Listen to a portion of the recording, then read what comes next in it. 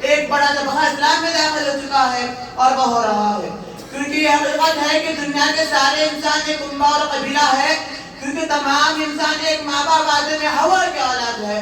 رب ذوالجلال ارشاد فرماتا ہے یا ایھا الناس انا خلقناکم من ذکر و انثی وجعلناکم شعوبا وقبائل لتعارفوا، اے لوگوں ہم نے تمہیں ایک مرد اور عورت سے پیدا کیا اور تمہیں مختلف قوموں اور قبیلوں میں تقسیم کیا تاکہ تم ایک دوسرے کو پہچانو۔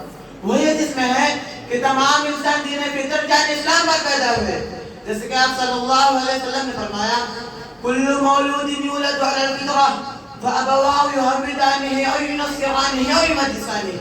نبی کریم صلی اللہ علیہ وسلم نے فرمایا ہر بچہ فطرت اسلام پر پیدا ہوتا ہے، پھر اس کے ماں باپ اسے یہودی یا نصرانی یا مجوسی بنا دیتے ہیں۔ سمجھیں، اسی لیے شریعت یہ تعلیم دیتی ہے کہ مسلمان چاہے اقلیت میں رہے اکثریت میں، ہر حال میں انہیں یہ چاہیے کہ وہ کافر کو نہیں بلکہ اس کے کفر کو ناپسند کرے اور اسے حکمت و دانائی کے ساتھ اسلام سے روشناس کرائے اور آپ انسانی رشتے کی بنیاد پر اس کے ساتھ اس نے سلیقت سے پیش آئے، کیونکہ مسلمان کا کام ہی دوسروں کو پیدا پہنچانا ہے۔ اللہ رب العالمین نے ارشاد فرمایا کنتم خیر امۃ اخرجت للناس، تم بہترین امت ہو جو لوگوں کے فائدے کے لیے نکالی گئی ہے۔ میرے عزیز ساتھیوں، جب ہم سیرت رسول اللہ صلی اللہ علیہ وسلم کا مطالعہ کرتے ہیں تو ہمیں یہ معلوم ہوتا ہے کہ نبی کریم صلی اللہ علیہ وسلم کا فیض و حسن سلوک اس قدر عام تھا کہ مسلمان تو مسلمان غیر مسلم بھی آپ کے رحمت سے محروم نہیں تھے۔ اور وہ بخاری کی مشہور روایت ہمارے سامنے ہے جس میں اس بات کا ذکر ہے کہ نبی کریم صلی اللہ علیہ وسلم نے ایک یہودی عورت کی دعوت قبول کر لی جس نے آپ کو اور آپ کے صحابہ کو بکری کی گوشت میں زہر ملا کر کھلا دیا۔ ایک صحابی نے اسے کھا لیا تو وہ انتقال کر گئے۔ اللہ کے رسول صلی اللہ علیہ وسلم نے بھی ایک آدھا لقمہ کھایا ہی تھا کہ اس کے وقت سامنے رکھی بکری بکری کی رات پکار اٹھی، اے اللہ کے رسول اس میں زہر ملا ہے، آپ اسے نہ کھائے۔ اس زہر کا اثر ہمارے رسول پر اس وقت نہ ہوا، لیکن جب آپ صلی اللہ علیہ وسلم اپنی زندگی کے آخری لمحات جی رہے تھے، جب آپ کا اس دنیا سے جانے کا وقت آیا تو آپ فرمانے لگے مجھے ایسا لگ رہا ہے کہ اس زہر کا اثر میں محسوس کر رہا ہوں۔ معلوم سامعین، اس حدیث سے جہاں یہ بات معلوم ہوتی ہے کہ اللہ کے رسول کا قلب قائم مجھے نہیں تھا، وہی یہ بات معلوم ہوتی ہے کہ غیر مسلموں کی دعوت کو قبول کرنا جائز ہے۔ سامعین، اسلام نے غیر مسلموں کے ساتھ حسن سلوک کا حکم دیتے ہوئے ان سے خدمت دینے کو بھی جائز قرار دیا۔ رسول اللہ صلی اللہ علیہ وسلم نے ہجرت جیسے نازک موقع پر راستوں کے ماہر عبداللہ بن ارقم نام غیر مسلم سے مدد دی اور اجرت بھی دی، حالانکہ آپ جانتے تھے اور وہ غیر مسلم بھی جانتا تھا کہ اہل مکہ نے اعلان کر رکھا تھا کہ جب محمد صلی اللہ علیہ وسلم کو پکڑ کر لے آئے گا اسے 100 کوٹی نعمتیں دی جائیں گے، لیکن اس غیر مسلم نے اپنی وفاداری کا ثبوت دیا اور اتنے بڑے انعام کے مقابلے میں تھوڑی سی مزدوری پر قناعت کر گیا۔ سامعین، اللہ رب العالمین نے مسلم اور غیر مسلم سب کے ساتھ انصاف کا حکم دیا اور غیر مسلموں کے متعلق فرمایا گیا لا ينهاكم الله عن الذين لم يقاتلوكم في الدين ولم يخرجوكم من دياركم ان تبروهم وتقسطوا اليهم ان الله يحب المقسطين۔ جن لوگوں نے تم سے دین کے بارے میں لڑائی نہیں کی اور تمہیں تلاوت نہیں کیا تو ان کے ساتھ اسے سلوک کرنے اور انصاف کا معاملہ کرنے سے اللہ تعالیٰ روکتا نہیں ہے۔ اس میں بھی دین و مذہب کی تفریق کے بغیر سب کے ساتھ انصاف کا حکم دیا، کسی کے ساتھ ناانصافی کی قطعی اجازت نہیں دی۔ اسلام کا حکمرانوں کی بڑی ثبوت یہ تھی کہ وہ سب کے ساتھ انصاف کا معاملہ کرتے تھے۔ اسلام کے منصفانہ فیصلوں کو دیکھ کر بہت سارے لوگ اسلام میں داخل ہو چکے ہیں۔ یہی وجہ ہے کہ گاندھی جی نے بھی اسلام کے انصاف کی شہادت دیتے ہوئے کہا تھا اگر اس دنیا کو کسی کے انصاف کی ضرورت ہے تو وہ عمر بن خطاب رضی اللہ عنہ کے انصاف کو دیکھیے۔ محترم سامعین، فتح مکہ کی موقع کو یاد کیجیے جس کے اندر رسول اللہ صلی اللہ علیہ وسلم نے مشرکین مکہ کے ظلم کا جواب عفو درگزر سے دیا، نفرتوں کا جواب محبتوں سے دیا اور لا تثریب علیکم اللہ کا فرمان جاری کر کے مشرکین کے ساتھ جو اس نے سلوک کیا دنیا سے مثال پیش کرنے سے قاصر ہے۔ لہٰذا ہمیں بھی نبی کریم صلی اللہ علیہ وسلم کے تعلیمات عمل کرتے ہوئے اپنے اور غیروں کے ساتھ حسن سلوک کرنے کی ضرورت ہے۔ آخر میں میں تعالیٰ سے دعا کرتا ہوں کہ اللہ رب العالمین ہم تمام مسلمانوں کو غیر مسلموں کے ساتھ حسن سلوک کرتے ہوئے شریعت پر عمل کرنے کو توفیق عطا فرمائے، آمین یا رب العالمین۔ وآخر دعوانا الحمدللہ رب العالمین، والسلام علیکم ورحمۃ اللہ وبرکاتہ۔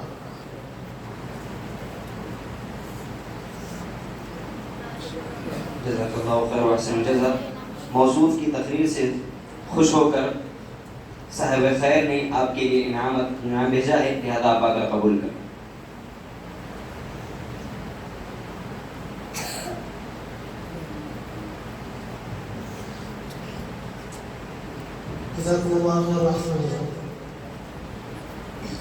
ماشاء اللہ تبارک اللہ. موصوف نے یقیناً بڑے اچھے انداز میں تقریر پیش کی ہے، اور میں دعا کرتا ہوں اللہ رب العالمین سے کہ موصوف کو اللہ رب العالمین ایک بڑا مقرر بنائے، اور ساتھ ہی ساتھ اللہ رب العالمین جو مہمان ان کی ہمت افزائی کر رہے ہیں ان کے اللہ رب العالمین دینے کو قبول فرمائے اور ان کے لیے ذخیرہ آخرت بنے. سامعین، اگلے مقرر کو بلانے سے قبل تمام مہمان اور علماء کرام سے یہ التماس کرتا ہوں اور اس بات کی خبر دیتا ہوں کہ اس اجلاس کے اختتام پر کھانے کا انتظام کیا گیا ہے، لہذا آپ تمام یہاں سے تناول فرما کر ہی جائیں. جزاک اللہ خیر. اب ان کے بعد شعبہ حفظ ہی کے ایک طالب علم عمر فاروق بن مولا علی کو میں دعوت دیتا ہوں اس شعر کے ساتھ.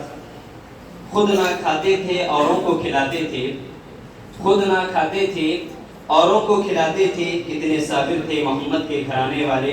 اسی کے ساتھ نبی کریم صلی اللہ علیہ وسلم کی معاشی زندگی پر خطاب کرنے کے لیے عمر فاروق تشریف لائیں.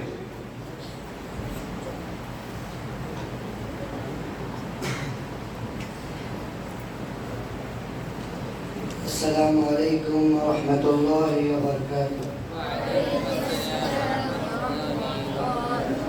الحمد للہ رب العالمین الرحمن الرحیم مالک یوم الدین. اشهد ان لا اله الا الله واشهد ان محمدا عبده ورسوله. اما بعد، قال الله تبارك وتعالى: يا ايها النبي قل لازواجك ان كنتن تردن الحياة الدنيا وزينتها فتعالين امتعكن واسرحكن سراحا جميلا. صدارت کی کرسی پر جلوہ افروز صدر اجلاس، ناظم مدرسہ، علماء کرام، میرے مشفق و مربی اساتذہ کرام اور میرے عزیز ساتھیوں، آج کے اس سالانہ مشترکہ اجلاس میں میرا موضوع سخن ہے نبی کریم صلی اللہ علیہ وسلم کی معاشی زندگی. محترم سامعین کرام، محمد صلی اللہ علیہ وسلم کا مقام دینی حیثیت سے ایک رسول کا ہے صلی اللہ علیہ وسلم. دنیاوی اعتبار سے اگر دیکھا جائے تو آپ صلی اللہ علیہ وسلم کی حیثیت کسی فرما روا بادشاہ وقت سے کم نہیں. دنیا کے بادشاہوں کا جہ و جلال، ان کے عالیشان محلات، ان کے فاخرانہ لباس اور ان کے عیش پرستانہ زندگی سے کوئی واقف نہیں، مگر محمد صلی اللہ علیہ وسلم ایک ایسے منفرد اور بے مثال بادشاہ گزرے ہیں جنہوں نے بادشاہی میں فخری کی. یہاں نہ بادشاہوں کا جہ و جلال ہے اور نہ عالیشان محلات، نہ تخت و تاج ہے اور نہ ہی شاہی دربار. آپ صلی اللہ علیہ وسلم کی محفلیں بے جا تکلفات اور شاہانہ تذوق و احتشام سے بہت دور تھے. بس اوقات ایسا بھی ہوتا کہ باہر سے آنے والے کو دریافت کرنا پڑتا کہ تم میں محمد کون ہے صلی اللہ علیہ وسلم. آئیے اس شاہ امم کی معاشی زندگی کا مطالعہ کریں کہ اس نے اس میدان میں ہمارے لیے کیا اسوہ چھوڑا ہے. محترم سامعین، بعثت سے قبل آپ صلی اللہ علیہ وسلم نے حصول معاش کے لیے کوئی نہ کوئی ذریعہ اپنایا. بچپن میں بکریاں چرائی، پھر جب جوان ہوئے تو تجارت کرنے لگے. نبوت کا عظیم منصب ملنے کے بعد حصول معاش کی فکر سے آزاد ہو کر پوری یکسوئی کے ساتھ اس ذمہ داری کے انجام دہی میں مصروف ہو گئے. تاریخ میں کہیں نہیں ملتا کہ نبوت ملنے کے بعد آپ صلی اللہ علیہ وسلم نے حصول معاش کے لیے کوئی ذریعہ اپنایا ہو. وفادار بیوی نے اپنا سارا عمل آپ صلی اللہ علیہ وسلم کے لیے اور دین کی اشاعت کے لیے وقف کر دیا تھا. اسی پر آپ صلی اللہ علیہ وسلم کا گزر ہوتا تھا. اہل مدنی میں جب فتوحات کے نتیجے میں مال غنیمت حاصل ہوا تو خمس غنیمت اور مال بے کا ایک حصہ آپ کا حق قرار دیا گیا، مگر اس میں سے بھی آپ اپنی ضرورت کے لیے بہت کم لیتے تھے، اکثر مسلمانوں کی مفادات کے لیے استعمال کرتے. جیسے کہ آپ صلی اللہ علیہ وسلم کا ارشاد ہے وَالْخُمُسُ مَرْدُودٌ عَلَيْكُمْ، خمس غنیمت بھی تمہارے اجتماعی مصالح کے لیے استعمال ہوگا. زہد و قناعت کی وجہ سے اکثر موقع کی نوبت آتی. حضرت عائشہ رضی اللہ عنہ فرماتی ہے کہ لَقَدْ مَاتَ رَسُولُ اللَّهِ صلى الله عليه وسلم وما شبع من خبز وزيت في يوم واحد مرتين. رسول اللہ صلی اللہ علیہ وسلم دنیا سے اس حال میں رخصت ہوئے کہ آپ صلی اللہ علیہ وسلم نے کبھی دن میں 2 مرتبہ سیر ہو کر روٹی اور روغن نہیں کھایا. حضرت عائشہ رضی اللہ عنہ سے مروی ہے کہ ما شبع رسول اللہ من خبز الشعیر یومین متتابعین حتی قبض. رسول اللہ صلی اللہ علیہ وسلم کبھی 2 دن مسلسل جو کی روٹی کھا کر آسودہ نہیں ہوئے یہاں تک اس دنیا سے رخصت ہو گئے. حضرت عمر رضی اللہ عنہ کا بیان ہے رأیت رسول اللہ صلی اللہ علیہ وسلم یلتوی فی الیوم من الجو. میں نے رسول اللہ صلی اللہ علیہ وسلم کو دیکھا کہ آپ بس اوقات دھوپ کی وجہ سے دن میں زمین پر لوٹتے رہتے. خادم رسول حضرت انس بن مالک رضی اللہ عنہ فرماتے ہیں کہ لم یکن النبی صلی اللہ علیہ وسلم علی خلان حتی مات وما اکل خبزا مرققا حتی مات. رسول اللہ صلی اللہ علیہ وسلم کو زندگی میں نہ کبھی باریک اور عمدہ آٹے کی روٹی نصیب ہوئی اور نہ عالیشان دسترخوان پر بیٹھ کر کھانا نصیب ہوا.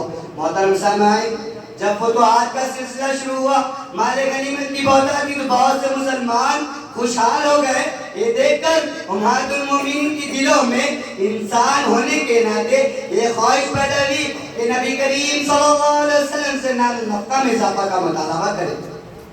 جب آپ صلی اللہ علیہ وسلم کے پاس آ کر نال نفقہ میں اضافہ کا مطالبہ کرنے لگی اور اسراف بڑھتا گیا تو آپ صلی اللہ علیہ وسلم سخت کبیدہ خاطر ہو گئے اور بیویوں سے تنہائی اختیار کر لی جو 1 مہینے تک جاری رہی. پھر آخر سورۃ الاحزاب کی آیت نازل ہوئی یا ایھا النبی قل لازواجک ان کنتن تریدن الحیاۃ الدنیا وزینتها فتعالین امتعکن واسرحکن سراحا جمیلا وان کنتن تریدن اللہ ورسولہ والدار الآخرہ فإن اللہ اعد للمحسنات منکن اجرا عظیما.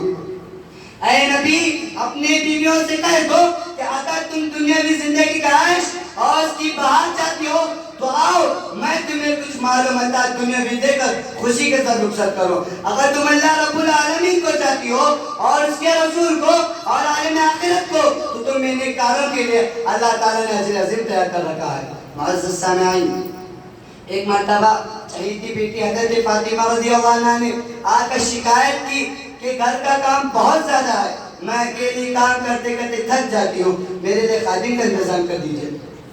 تو نبی کریم صلی اللہ علیہ وسلم نے انہیں خادم دینے کے بجائے فرمایا کہ تم اللہ رب العالمین کو خوب یاد کرو، یہ تمہارے لیے خادم سے بہتر ہے اور اس تمہاری تھکان بھی دور ہو جائے گی.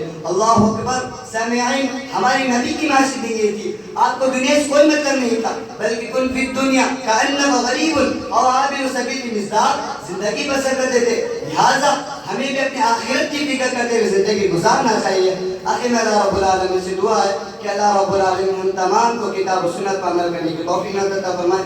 آمین رب العالمین. والسلام علیکم ورحمۃ اللہ وبرکاتہ.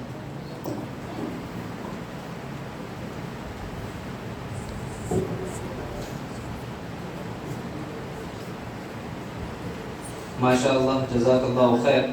موصوف کی تقریر سے جناب عبدالجبار عمری حفظہ اللہ خوش ہو کر آپ کے لیے تحفہ بھیجا ہے، آپ قبول کریں.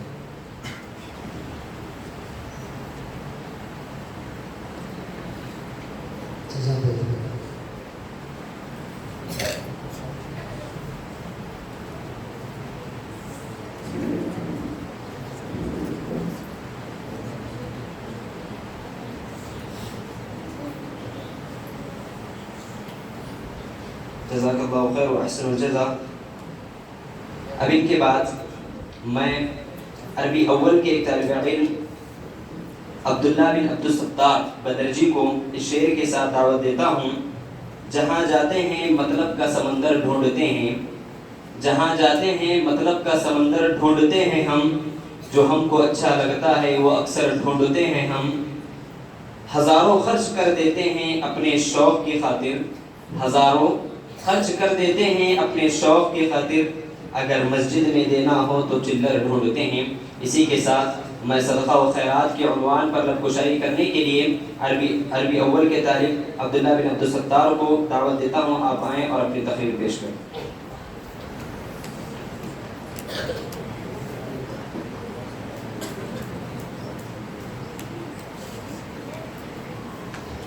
السلام عليكم ورحمة الله وبركاته. الحمد لله رب العالمين والعاقبة للمتقين والصلاة والسلام على سيد الأنبياء والمرسلين وعلى آله وصحبه أجمعين. أما بعد، فأعوذ بالله من الشيطان الرجيم. بسم الله الرحمن الرحيم. لن تنالوا البر حتى تنفقوا مما تحبون. وقال النبي صلى الله عليه وسلم: ما من يوم يصبح العباد فيه إلا ملكان ينزلان فيقول أحدهما: اللهم أعط منفقا خلفا، ويقول الآخر: اللهم أعط ممسكا سلفا. محترم مکرم صدر اجلاس، ناظم مدرسہ، مشرق مربی اساتذہ کرام، علماء کرام اور میرے عزیز ساتھیوں، آج کے اس سالانہ مشترکہ اجلاس میں میری تقریر کا عنوان ہے صدقہ و خیرات۔ سامعین کرام، اللہ رب العالمین ساری کائنات کا تنِ تنہا خالق، رازق، مالک اور مدبر ہے، جس نے ہم تمام انسانوں کو اس دار فانی میں پیدا فرمایا، موت اور زندگی کی تخلیق کی اور جا بجا اس کے مقاصد ذکر کیے تاکہ انسان اپنے مقاصد سے بھٹکنے نہ پائے۔ چنانچہ سورۃ الملک میں ارشاد فرمایا: الذی خلق الموت والحیاۃ لیبلوکم ایکم احسن عملا۔ انسان کی آزمائش کئی ناحیوں سے کی جاتی ہے، مختلف طریقوں سے اللہ رب العالمین بندوں کو آزماتا ہے۔ کسی کو نعمتیں دے کر آزماتا ہے تو کسی کو نعمتیں چھین کر آزماتا ہے، کسی کو نواز کر کے آزماتا ہے تو کسی کو محروم کر کے آزماتا ہے، کسی کو رزق کی فراوانی دے کر آزماتا ہے تو کسی کو رزق میں تنگی کر کے آزماتا ہے، کسی کو امن و سکون کے ذریعے آزماتا ہے تو کسی کو خوف و دہشت کے ذریعے آزماتا ہے۔ الغرض ہر اعتبار سے انسان کی آزمائش پکی ہے۔ اللہ رب العالمین ارشاد فرماتا ہے: احسب الناس ان يتركوا ان يقولوا آمنا وهم لا يفتنون۔ آزمائش میں سے ایک آزمائش مال کی آزمائش ہے۔ اللہ رب العالمین انسانوں کو مال دے کر آزماتا ہے کہ انسان اس کے دیے ہوئے مال میں سے خرچ کرتا ہے نہیں، اور اگر خرچ کرتا ہے تو کیسے خرچ کرتا ہے۔ محترم سامعین، یہ دستور حیات ہے، یہ نظام خداوندی ہے کہ رب العالمین نے ہم تمام انسانوں کو برابر نہیں رکھا، بلکہ کسی کو مال و دولت سے نوازا، کسی کو امیر بنا کر نوازا تو کسی کو غریب بنا کر نوازا، اور کس کو غربت و مفلسی بنا کر نوازا، اور جس کو اللہ رب العالمین نے مال و دولت سے نوازا، دنیاوی مال و دولت سے نوازا، تو یہ مال و متاع اس کے لیے آزمائش ہے۔ اس پر لازم ہے کہ وہ اللہ رب العالمین کا شکر ادا کرے اور اس کے دیے ہوئے مال میں سے اس کی راہ میں خرچ کرے، اپنے غریب رشتہ داروں پر خرچ کرے، فقراء و مساکین پر خرچ کرے، یتیموں اور بیواؤں پر خرچ کرے، مدارس و جامعات اور مساجد پر خرچ کرے، اپنے معاشرے کے غریب لوگوں پر خرچ کرے۔ کسی شاعر نے کہا، یہ خوب کہا ہے: محشر میں وہی رات پڑے گی تمہیں بھاری، محشر میں وہی رات پڑے گی تمہیں بھاری، جو شب تیرے ہمسائے نے فاقے میں گزاری۔ اللہ رب العالمین کا ارشاد ہے: یا ایھا الذین آمنوا انفقوا من طیبات ما کسبتم ومما اخرجنا لکم من الارض۔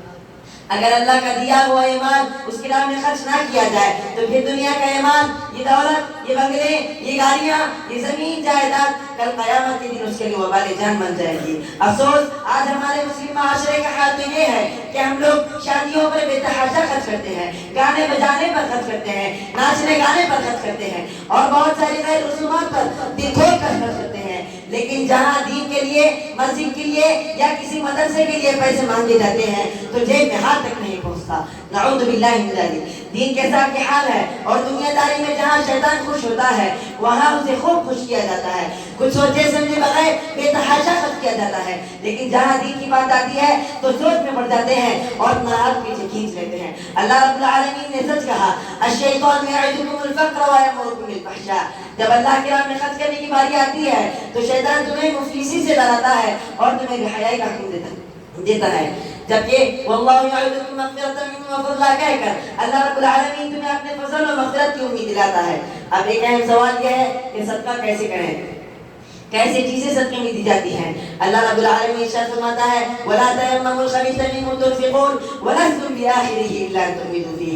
اللہ کی راہ میں بیکار اور رد قسم کی چیزیں نہ دی جائیں۔ ہمارا یہ حال ہے کہ ہم انہیں سب سے بیکار اور رد قسم کی چیزیں دیتے ہیں، اور ایسے اشیاء جو استعمال کرنے کے قابل نہیں وہ غریبوں کو دے آتے ہیں۔ اللہ کی راہ میں خرچ کرنے کا کوئی طریقہ نہیں۔ اللہ کی راہ میں تو سب سے پسندیدہ اور محبوب چیزیں دی چاہیے۔ اللہ رب العالمین کا ارشاد ہے: لن تنالوا البر حتى تنفقوا مما تحبون۔ آئیے دیکھتے ہیں کہ صحابہ کرام کا کیا طریقہ تھا، کس طرح وہ اللہ کی راہ میں خرچ کرتے تھے، کیسی چیزیں وہ اللہ کی راہ میں خرچ کیا کرتے تھے۔ سامعین کرام، حضرت ابو طلحہ رضی اللہ عنہ کو دیکھیں. حضرت ابو طلحہ رضی اللہ عنہ کے پاس کھجور اور انگور کا ایک باغ تھا جو اپنے درختوں کی کثرت، پھلوں کی عمدگی اور پانی کی شیرینی کے لحاظ سے یثرب کے تمام باغوں میں بہت مشہور تھا. یہ باغ حضرت ابو طلحہ رضی اللہ عنہ کو بہت محبوب تھا. جب یہ آیت نازل ہوئی لن تنالوا البر حتى تنفقوا مما تحبون، تو حضرت ابو طلحہ رضی اللہ عنہ آپ صلی اللہ علیہ وسلم کی خدمت میں حاضر ہوئے. عرض کیا یا رسول اللہ، میری جائیداد میں یہ باغ مجھے بہت محبوب ہے، اب میں یہ باغ اللہ کی راہ میں صدقہ کرنا چاہتا ہوں. دیکھیے میری ساتھیوں، حضرت ابو طلحہ رضی اللہ عنہ نے اپنی سب سے پسندیدہ اور محبوب چیز اللہ کی راہ میں خرچ کر دی.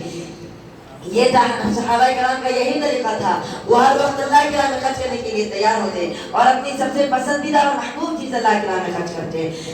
اب ہمارے پیارے نبی کریم صلی اللہ علیہ وسلم کی زندگی دیکھیں. آپ امام الانبیاء ہیں، آپ سردار عرب و عجم ہیں، لیکن آپ کے گھر کے حالات تو یہ تھے کہ آپ کے گھر میں کئی دن تک چولہا نہ جلتا، کئی دن وقت و فاقہ میں کٹ جاتے، کئی دن صرف کھجور اور پانی میں گزر جاتے. آپ نے بھی پوری زندگی غربت و مفلسی میں گزاری ہے، لیکن رب کعبہ کی قسم آپ نے کبھی غربت و مفلسی کے بارے میں نہ سوچا.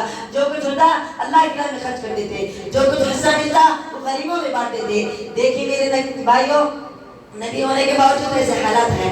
ہم تو دن بدن پیسے پانی کی طرح بہاتے جا رہے ہیں، لہذا ہمیں چاہیے کہ زیادہ سے زیادہ اللہ کی راہ میں خرچ کریں. آخر میں اللہ رب العالمین سے دعا ہے کہ اللہ رب العالمین ہم تمام کو اس کی راہ میں خوب صدقہ و خیرات کرنے کی توفیق عطا فرمائے اور ہمارے خرچ کرنے کو قبول فرمائے اور دنیا و آخرت میں اس کا بہترین بدلہ عطا فرمائے. آمین. وما علینا الا البلاغ المبین. والسلام علیکم ورحمۃ اللہ وبرکاتہ.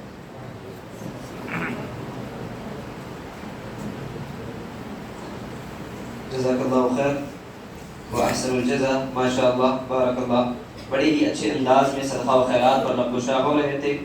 موصوف کی تقریر سے محظوظ ہو کر کسی نے آپ کو یہ انعام دیا ہے اور ایک صاحب خیر نے آپ کے لیے تحفہ بھیجا ہے، قبول کریں. جزاک اللہ خیر. جزاک اللہ خیر و احسن الجزا. اللہ رب العالمین دینے والے کے دینے کو قبول فرمائیں اور اسے ذخیرہ آخرت بنائیں. آمین. سامعین، یقیناً آج کے خطبہ اپنی جلوہ گری پر بڑے بےتاب نظر آ رہے تھے. گویا لسان حال سے اس دلیری کا ثبوت دے رہے تھے، ستم گر ادھر آ ہنر آزمائیں، ستم گر ادھر آ ہنر آزمائیں تو تیر آزما ہم جگر آزمائیں. اسی مقابلہ آرائی کو دیکھ کر بہت سارے مہمان آپ کے لیے تحفہ بھیجے ہیں. انہی میں جناب عبدالغفور اور صابر صاحب کی جانب سے 1200 کا تحفہ آیا اور اسی طرح سے عبدالرحیم سگری کی جانب سے بھی آپ کے لیے 500 روپے کا تحفہ آیا ہے. اللہ رب العالمین ان کے دینے کو قبول فرمائے، ان کے مال و دولت میں برکت عطا فرمائے. سامعین، اب اس مجلس کی آخری کڑی جو طلبہ کے درمیان رکھی گئی تھی وہ ترانہ ہے، لہذا میں عبدالرافع اور ان کے رفقا سمیت مدعو کرتا ہوں کہ آپ آئیں اور ترانہ پیش کریں.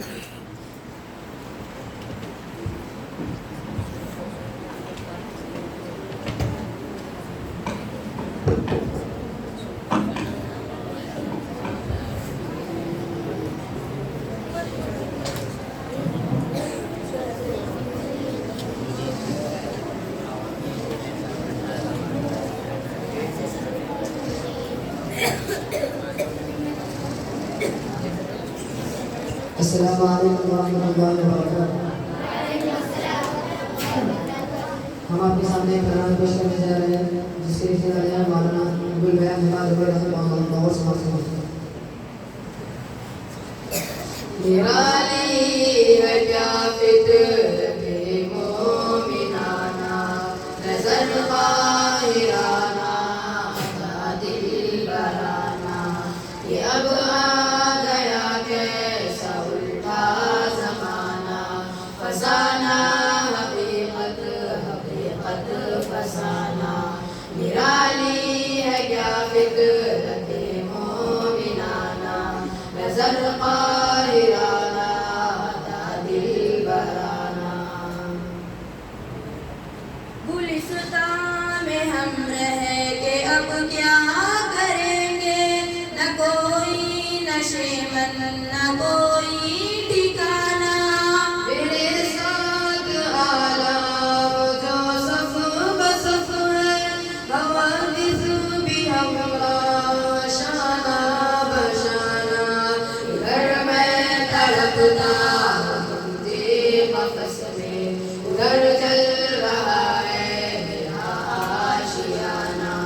ادھر میں تڑپتا ہوں کنجے قفس میں ادھر چل رہا ہے میرا آشیانہ نیالی ہے کیا فطرت مومنانہ نظر قاہرانہ یا دل برانہ جسے کہتے ہیں سب زوال مسلمان وہ قدرت کا ہے اصل میں تازیانہ مومن کی شاہی میں شان گدائی گدائی میں انداز ہے خسروانہ کیوں شان رحمت کرے دستگیری اسے چاہیے بس ذرا سا بہانہ کیوں شان رحمت کرے دستگیری اسے چاہیے بس ذرا سا بہانہ نرالی ہے کیا فطرت مومنانہ نظر قاہرانہ عطا دل برانہ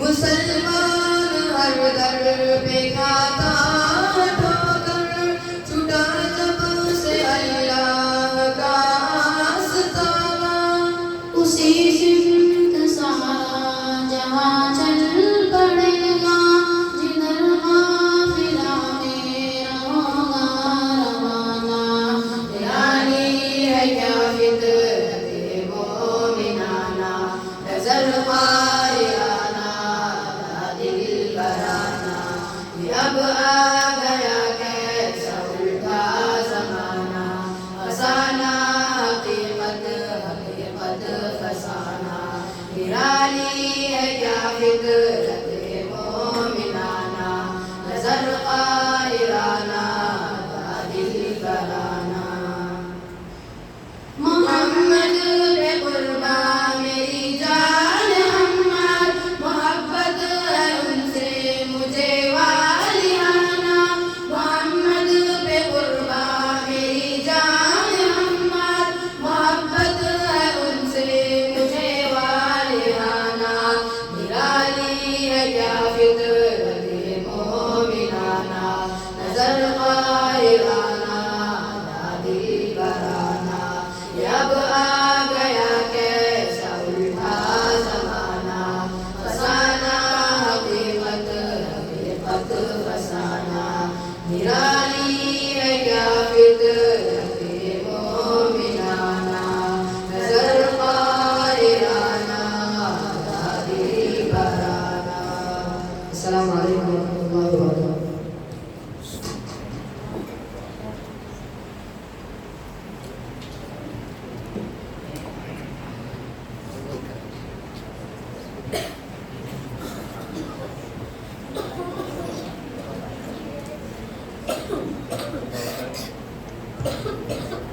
جزاک اللہ خیر و احسن الجزا. آپ کا ترانہ سن کر کسی صاحب خیر نے آپ کے لیے تحفہ بھیجا ہے. حافظ الرافع آئیں اور قول کریں.